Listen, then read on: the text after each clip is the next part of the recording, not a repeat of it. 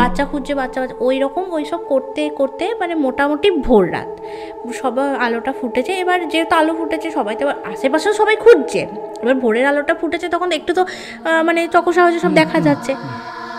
হঠাৎ করে মানে কারোর একটা নজরে হয়েছে যে পরিত্যক্ত একটা মানে পাশে একটা পরিত্যক্ত বাথরুম পায়খানা ছিল, পরিত্যক্ত পুরোপুরি।